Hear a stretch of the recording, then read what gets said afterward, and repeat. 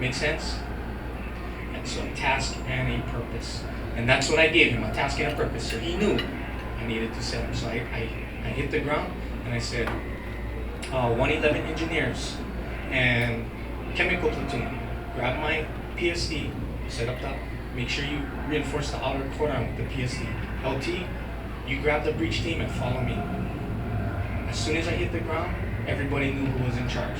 It didn't matter that my rank was covered up because I had a professional appearance and because when I showed up, I had a command presence. Everybody knew command presence doesn't necessarily mean that you need to be bossy.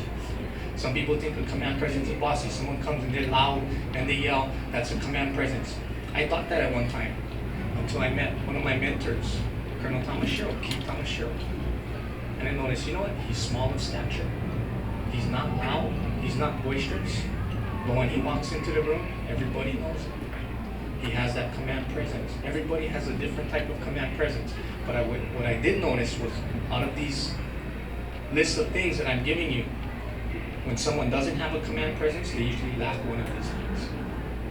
Or if they lack one of these things, they do not have a command presence. Or they have some kind of flaw that the soldiers can see that becomes readily evident and the soldiers do not have the desire to follow. Number 5, decisiveness. So when I hit the ground, right, I told them this is what we're gonna do, this is the plan. I didn't hesitate. I had full confidence because I knew what to do, because I had technical and tactical proficiency. I had situational awareness, and I paid attention to detail when I got my imagery because I didn't have that map. Well, we went ahead and we formed the inner cordon, they call it. We formed the perimeter finally around the house that we wanted to go in, and all our lights shining on the thing, and we're calling the guy out. There was supposed to be 2 guys. Calling them out, telling them to come out of the house. They didn't want to come out. And then I realized, crap, we're going to have to go in. That was the last thing that I wanted to do. Then I noticed something happened to my body that happened many times. You know, my throat gets dry because your body stops producing saliva. And then the blood flows away from your hands and your feet and you get cold because all the blood moves into the core of your body. It's called fight or flight syndrome. If you guys heard of that. Then you start losing fine motor skills. I couldn't write with a pad and paper if I wanted to save my life if I wanted to. But that's something that you need to write with situational awareness, right? I need to know when I'm in that situation, this is what happens to me. I won't be able to write anything down. I gotta find another way to do it. Well, we did that. The soldier jumps up and he goes up to the front door. Get ready to go in. I tell Sergeant Major, you go stand on the outer cordon. And then he told me something that I can't repeat here.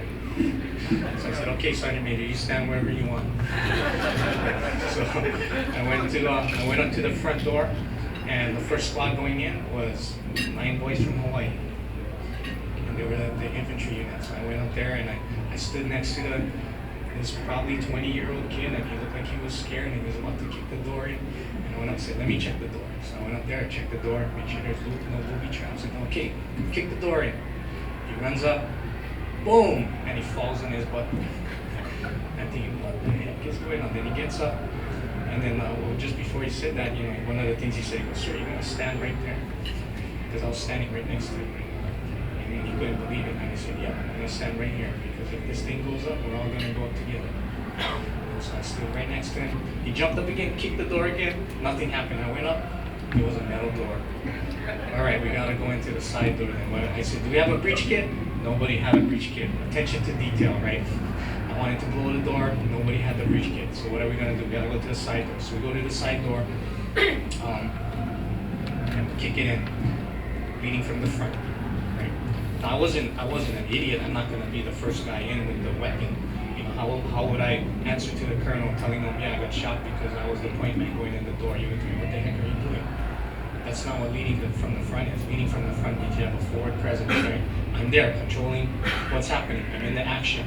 I can tell you that the same platoon that was there, the same guy that looked at me with confidence when I was standing there right next to him, was almost on the verge of mutiny with another officer only a month before. Because that officer was standing on the outer cordon, not wanting to put himself in danger. How do you think that soldier felt?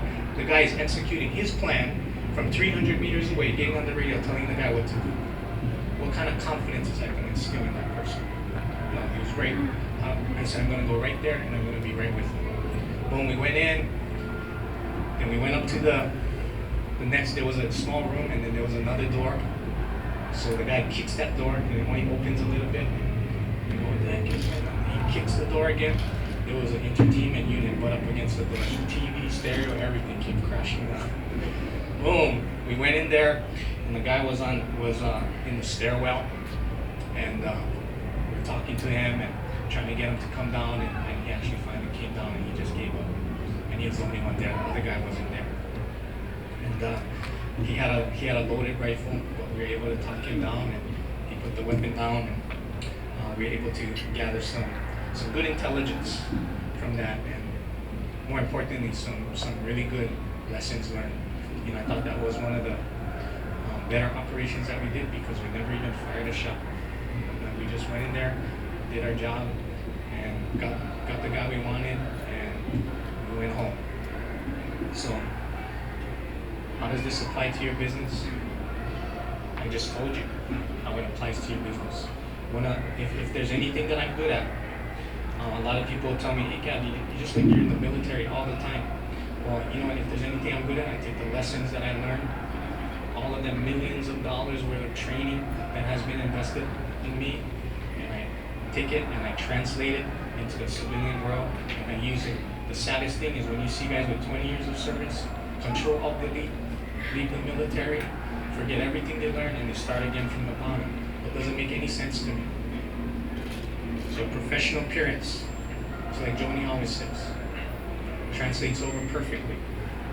Technical and tactical proficiency, commensurate with your pay grade, wherever that may be in your company, right? So if you're the boss, you're not down there sweeping the floors, right? You have your strategic plan that you're putting together. That's your responsibility. That's how you instill confidence in your people. Situational awareness, always. That may seem to be self-evident, but you'd be surprised how not self-evident that is. People walking around just like with their eyes closed. Attention to detail, decisiveness, not necessarily being bossy, but knowing what you're doing and being able to make a decision. That's what I always tell the candidates. We put the candidates into positions where they have to make a decision, and you see a lot of them waver. I should just make a decision, good or bad. 80% plan is better than 100% plan never executed. Just go with the 80% plan. One of the toughest things, two toughest things to teach young lieutenants, number one is, don't grab your weapon and start shooting at the enemy. Because if you're engaging the enemy, who's leading the unit? Nobody. Your weapon is your squads or your companies. That's your weapon. The gun you carry, that's just for personal protection for the officer. You need to be using your unit to fight. And that's the same if you're leading your company. You're controlling groups of people. You're not out there making the sale yourself. You're making use of your time where it's best served.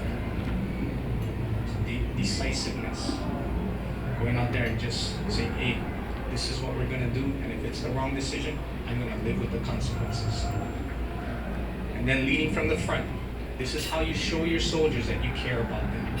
This is how you instill in your employees that, hey, I'm there with you. If this thing goes up, I'm right there with you. And so what I'm going to leave you guys with is, go out and hug a soldier, thank him for his service. You don't need to do that to me. I already feel thanked. But we have two heroes here. We have Sergeant First Class Moore, and we have Lieutenant Colonel Garislam that came and visited us today. They're two heroes there, and you can go and give them a hug later. But if you have any questions, I'll be hanging around after Michael talks, and time is up. But thank you very much.